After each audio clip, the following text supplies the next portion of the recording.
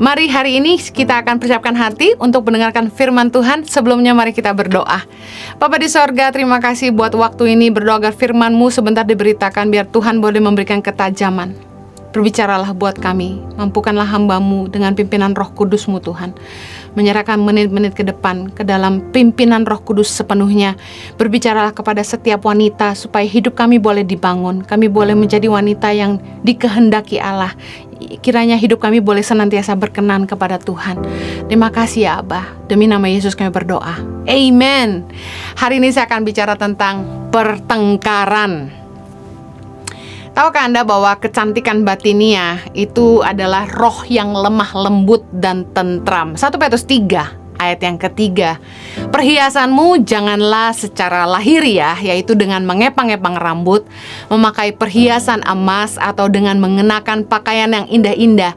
Tetapi perhiasanmu ialah manusia batinia yang tersembunyi dengan perhiasan yang tidak binasa, yang berasal dari roh yang lemah lembut dan tentram, yang sangat berharga di mata Allah. Cantik itu bukan hanya soal penampilan. Banyak orang yang menikah dengan wanita yang cantik, berpenampilan menarik, tetapi banyak juga yang tidak bahagia dan akhirnya mengakhiri pernikahan mereka. Kenapa? Satu kali saya konseling dengan pasangan yang bercerai dan istrinya cantiknya luar biasa.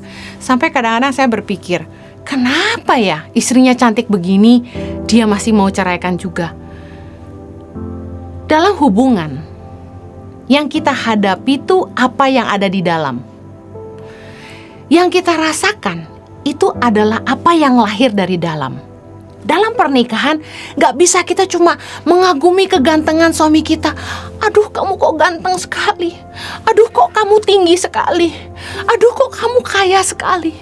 Yang pria juga gak mungkin cuma lihat istrinya tiap hari dengan tatapan, aduh kamu cantik banget, kamu seksi banget, aduh bahenol banget.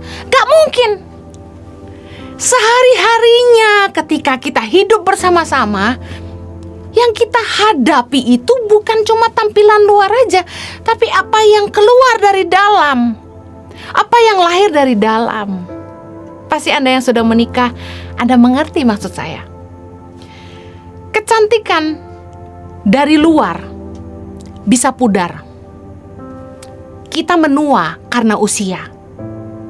Anda mungkin bisa lakukan apa saja, tarik mata, tarik jidat, suntik sana, isi sini. Tetapi Anda tahu bahwa kecantikan luar kita bisa memudar. Tapi kata firman Tuhan, ada kecantikan batinia yang kekal.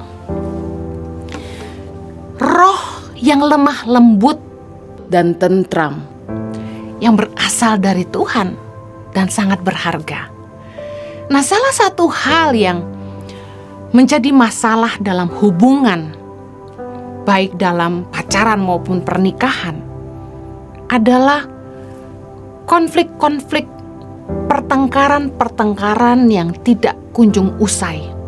Banyak anak-anak yang tidak bahagia karena orang tuanya sering bertengkar. Banyak pasangan yang tidak bahagia karena selalu bertengkar. Bicara sedikit, bertengkar.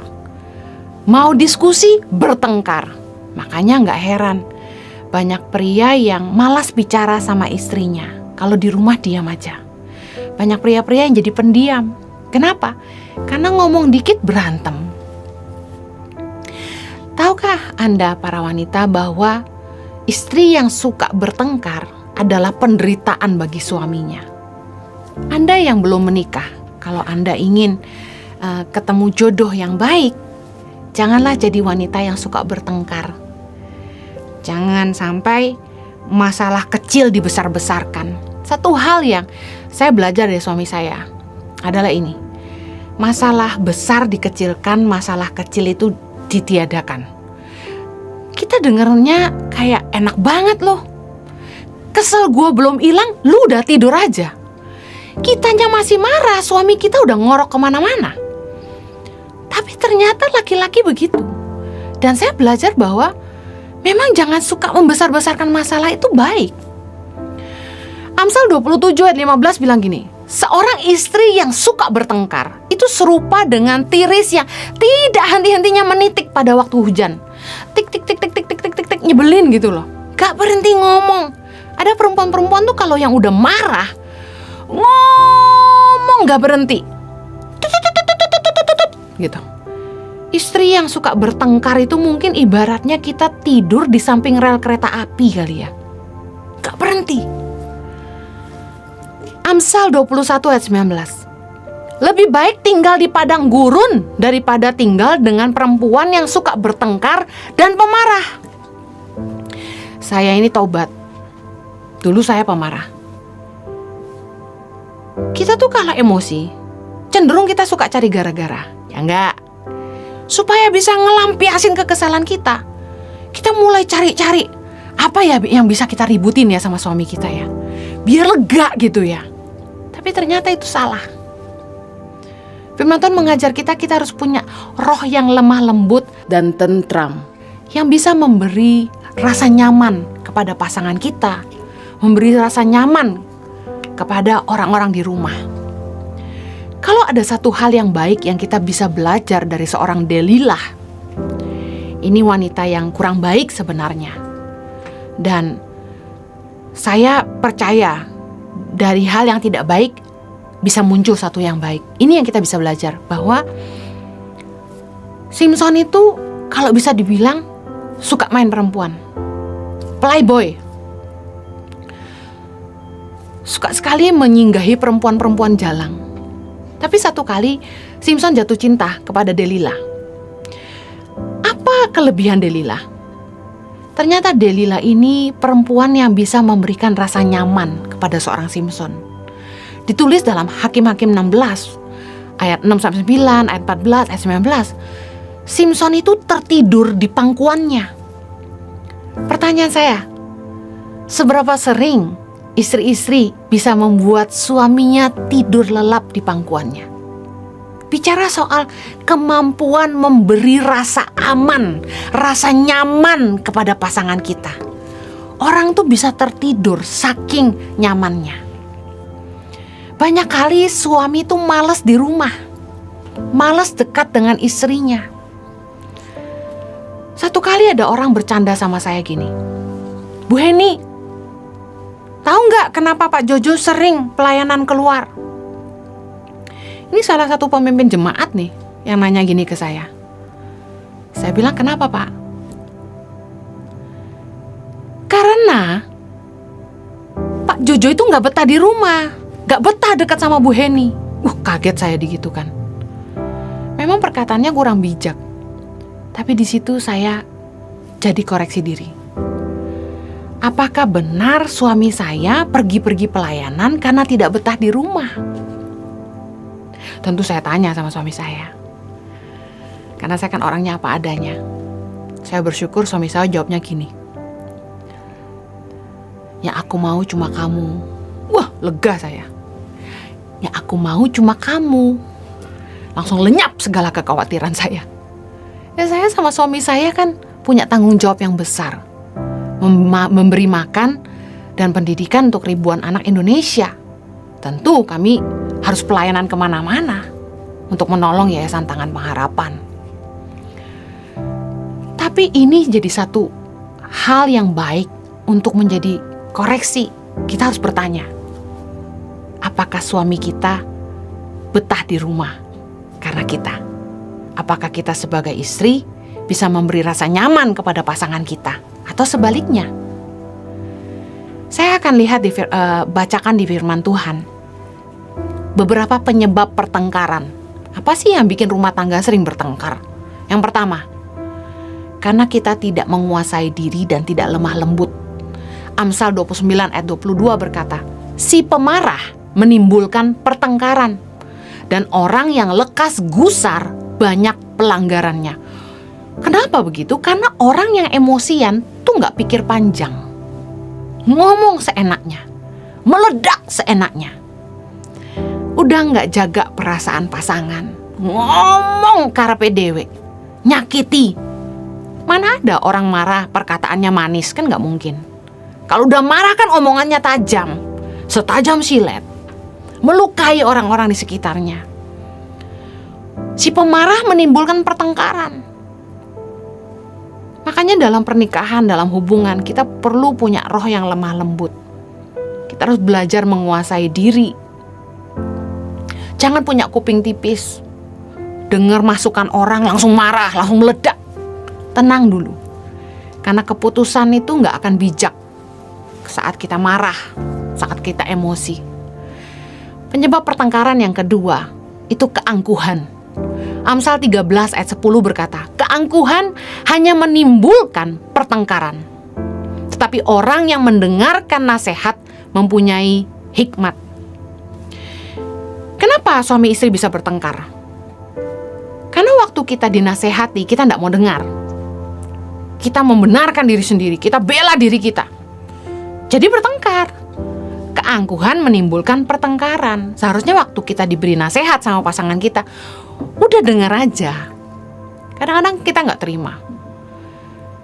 Males diskusi sama suami atau males diskusi sama istri, karena biasanya kita nggak maksud apa-apa, kita cuma kasih masukan. Tapi ujung-ujungnya malah bertengkar. Aku nggak perlu dengar kamu. Aku yang buat keputusan. Keangkuhan. Sumber pertengkaran. Yang ketiga, yang menyebabkan pertengkaran itu adalah mulut serong, fitnah, ya, penghakiman, menghakimi orang seenaknya, dan hati penuh tipu muslihat. Amsal 6 ayat 12. Tak bergunalah dan jahatlah orang yang hidup dengan mulut serong, yang mengedipkan matanya, yang bermain kaki dan menunjuk-nunjuk dengan jari, yang hatinya mengandung tipu muslihat, yang senantiasa merencanakan kejahatan, dan yang menimbulkan pertengkaran. Orang tuh kalau udah mainnya sama tukang fitnah, sama orang-orang yang sukanya menghakimi orang lain, hatinya penuh tipu muslihat, itu gak akan jauh dari pertengkaran. Makanya orang-orang yang demikian dikatakan firman Tuhan, orang-orang yang gak berguna dan jahat. Hidup dengan mulut serong, ngomongin orang, gosipin orang, ngurusin orang, fitnah. Hati-hati, hal-hal ini menimbulkan pertengkaran. Yang keempat, Amsal 28 ayat 25 berkata, orang yang loba menimbulkan pertengkaran, tetapi siapa percaya kepada Tuhan diberi kelimpahan. Orang yang loba tuh maksud gini, orang-orang yang selalu cari-cari keuntungan diri sendiri, orang-orang yang nipu untuk cari keuntungan, pasti akan bertengkar. Karena seringkali orang diem-diem cari untung, lalu akhirnya akan menimbulkan pertengkaran. Jangan punya hati yang ingin menipu teman sendiri demi mencari keuntungan diri sendiri. Pasti bertengkar ujung-ujungnya. Keluarga juga begitu. Saudara sekandung pun juga begitu. Kalau ada yang punya hati ingin cari keuntungan untuk diri sendiri, pasti ujung-ujungnya mengorbankan hubungan. Penyebab pertengkaran yang berikutnya itu kebencian. Amsal 10 ayat 12, kebencian menimbulkan pertengkaran, tetapi kasih menutupi segala pelanggaran. Jangan suka benci sama orang. Orang kalau udah benci itu udah kayak bara api, tinggal disulut langsung meledus. Kebencian menimbulkan pertengkaran. Jangan suka benci sama orang. Selesaikan, ampuni, miliki kasih yang besar kepada orang lain, sehingga kalau ada pelanggaran itu kasih bisa menutupi. Biasanya orang tuh kalau bertengkar itu bukan karena masalah kecil, pasti udah ada yang dia tahan-tahan, begitu tersulut langsung meledak. Selesaikan kalau ada masalah, jangan jadi kepahitan. Kita harus belajar jangan suka cari gara-gara, jangan suka cari-cari masalah untuk jadi bahan pertengkaran. Orang yang suka bertengkar itu biasanya memang dasar sukanya itu cari gara-gara, cari masalah gitu. Amsal 17:14 berkata gini, memulai pertengkaran adalah seperti membuka jalan air. Jadi undurlah sebelum perbantahan mulai. Kalau kita lihat masalah ini bisa memicu pertengkaran, udah gak usah dibahas. Undur sebelum perbantahan mulai. Jangan cari gara-gara, jangan malah mancing-mancing. Ada orang tuh yang memang tukang nyulut gitu. Berhenti sebelum perbantahan dimulai. Titus 3 ayat 9. Tetapi hindarilah persoalan yang dicari-cari dan yang bodoh, persoalan silsilah, percekcokan dan pertengkaran mengenai hukum Taurat. Karena semua itu tidak berguna dan sia-sia belaka. Ada orang-orang tuh yang suka cari-cari masalah. Orang hidup damai sama dia, bahkan gak kenal, bikin gara-gara. Sesama anak Tuhan, jangan suka berselisih tentang firman Tuhan. Masing-masing membenarkan diri. Saya kalau lihat orang komen di Instagram, bertengkar cuma urusan satu ayat. Ngapain sih bertengkar soal hukum Taurat? Masing-masing orang punya pewahyuan sendiri. Kalau itu buahnya baik, gak usah diributin. Fokus sama hidup masing-masing, bangun imanmu, jangan saling menjatuhkan. Yang saya sedih tuh gini, yang nyerang kita ya saudara seiman sendiri. Makanya diketawain sama orang-orang. Jangan suka gosip. Karena orang yang suka gosip itu pasti menimbulkan pertengkaran. Amsal 22 ayat 10. Usirlah si pencemooh, maka lenyaplah pertengkaran, dan akan berhentilah perbantahan dan cemooh. Kalau ada orang yang suka bertengkar, cari sumbernya. Pasti ada satu yang tukang bikin masalah. Mulut satu orang bikin masalah di mana-mana, kayak nyebarin api gitu loh. Pasti ribut. Ada geng sana melawan geng sini, saling ngomongin. Ini sumbernya biasa satu. Usir si pencemooh, kata firman Tuhan, pasti lenyap pertengkaran. Bener aja. Kami dulu punya staf yang tukang gosip. Begitu dia keluar, semua tenang. 1 Timotius 5 ayat 13. Lagi pula dengan keluar masuk rumah orang, mereka membiasakan diri bermalas-malas, dan bukan hanya bermalas-malas saja, tetapi juga meleter dan mencampuri soal orang lain dan mengatakan hal-hal yang tidak pantas. Orang yang nganggur itu omongannya gak guna. Saking nganggur, yang gak penting pun diomongin. Makanya kalau kita gak mau bertengkar, jangan suka gosip. Jangan duduk sama tukang gosip. Kalau hidup tuh mau bahagia, kata Mazmur 1 ayat 1, jangan duduk sama kumpulan pencemooh. Saya mau akhiri dengan ini. Kalau Anda ingin punya rumah tangga yang damai, banyak orang yang pengen suaminya pulang kembali. Saya mau kasih tahu, mempertahankan hubungan itu jauh lebih sulit daripada memperbaiki hubungan. Memperbaiki gampang, kita merendahkan hati, kita datang, minta maaf, selesai. Tapi selanjutnya, mempertahankan hubungan tetap baik, itu yang akan jadi tantangan. Kalau kita tidak sungguh-sungguh mau memberi pengertian, perubahan sikap.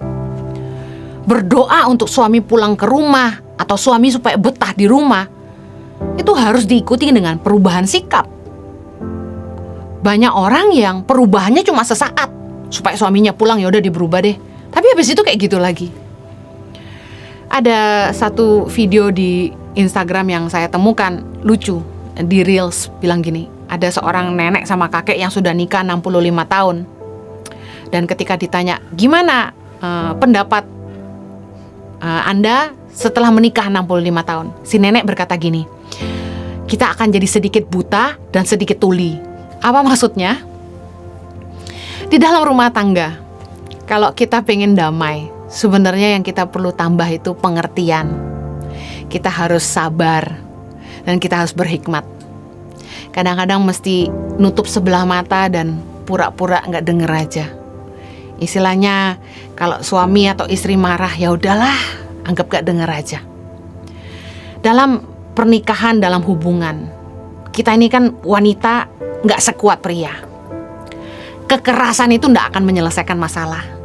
Jangan sok adu kuat lah.